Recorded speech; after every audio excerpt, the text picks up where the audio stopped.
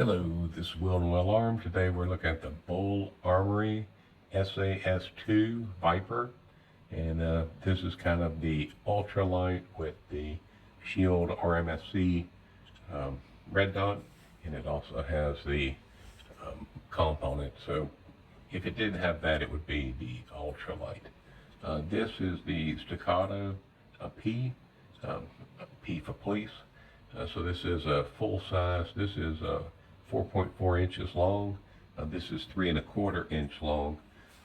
The barrel with the comp is 4 inches exactly. The Staccato C would be 3.9 inch. So it would come, right into about where that would, a little bit past where that breaks off. So not a very good comparison as far as length. This also has the shorter grip. This has the 15 round grip. When you get the 15 round grip, you get two 15 round magazines. I have two 19 round magazines additional, and having a longer magazine is no problem. You cannot ever buy the grip as an aftermarket feature. You can buy the longer grip as an aftermarket feature. So if I ever want to go longer, I can. This is a full size grip. I can hold 21 rounds in here. This with the 19 round magazine, I think it holds actually 20. So anyway, this did come with the sight. This comes with real nice sights.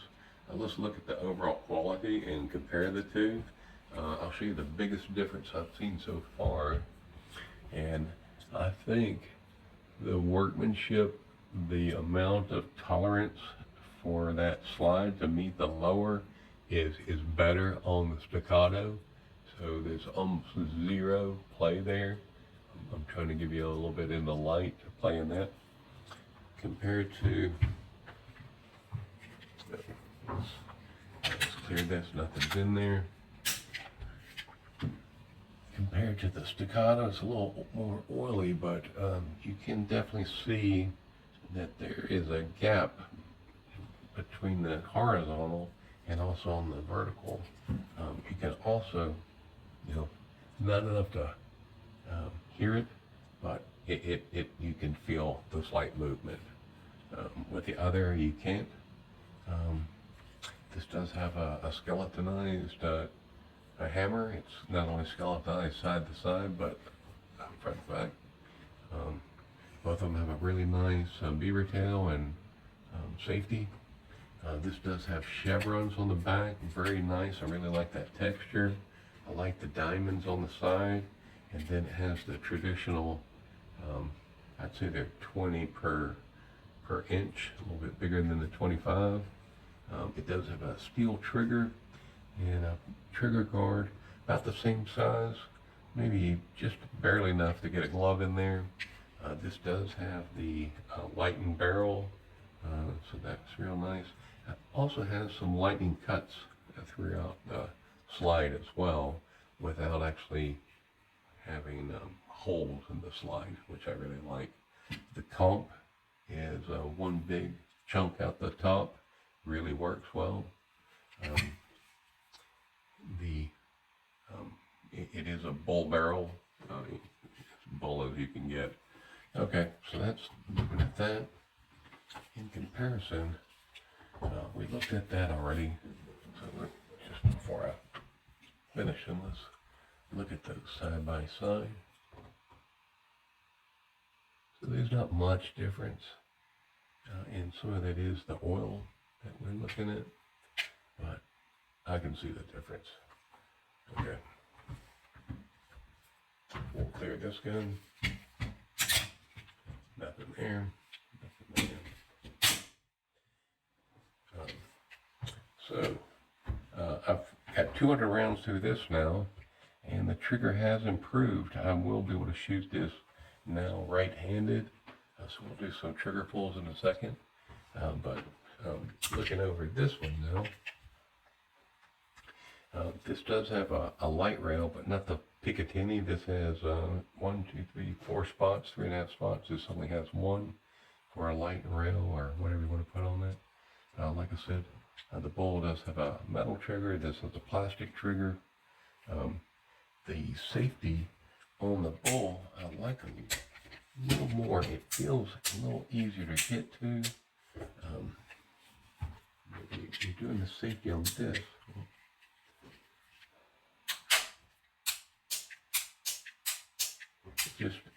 it just is in your hand better, and I don't know why.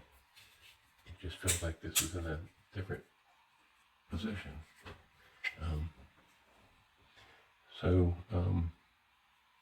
Looking at that, the skeletonized trigger is only done one way. I do like the hammer better on the Bul. I really like the finish on this. Really nice, even coating. I like the stippling. It has the up and down arrows, I'll call them, on the front and back. And on the back it's the same. The sides it's the same, the little up and down arrows. And even on the trigger guard it's the same trigger.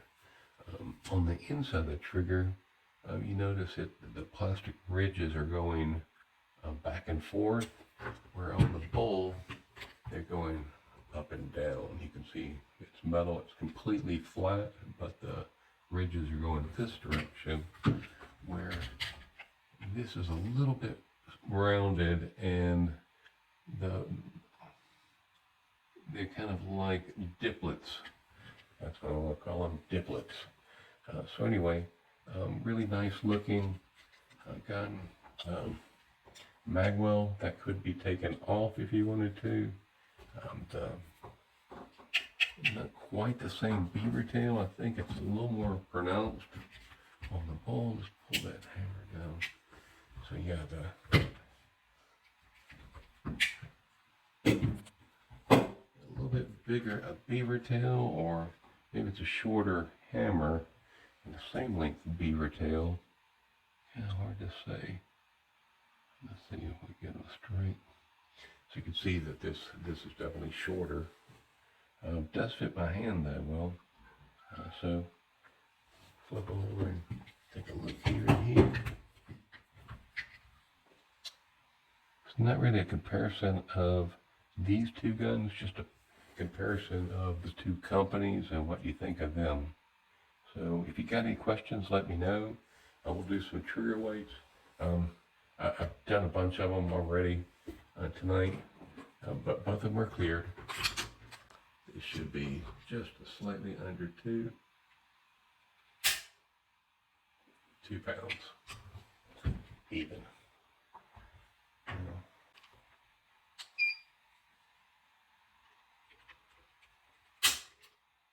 4.2. So there we go. So it was coming in at about 4.9, and so it has gotten better. The trigger, I'm going to shoot another 300 rounds in the next 3 more weeks, and we'll get it down and see if the trigger does go down any further. So right now it is at 4 pounds 2 ounces. When I got it, it was 4.9 ounces. So weight wise, not that you're going to be weighing these two in completely different sizes, but just for you to know, these are pounds and ounces. So that's 1 pound, 0.9 ounces. So basically 1.5 pounds, slightly over. And this is 2.6. So I'll change the units on that.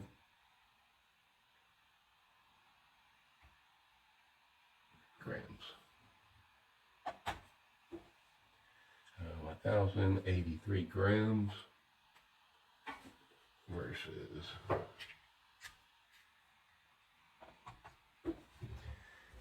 732 grams.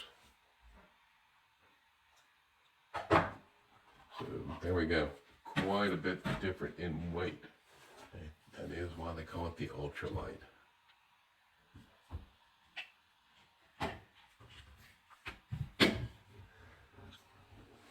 So if you got any questions, let me know. This is Will Arm. Have a great day and be prepared.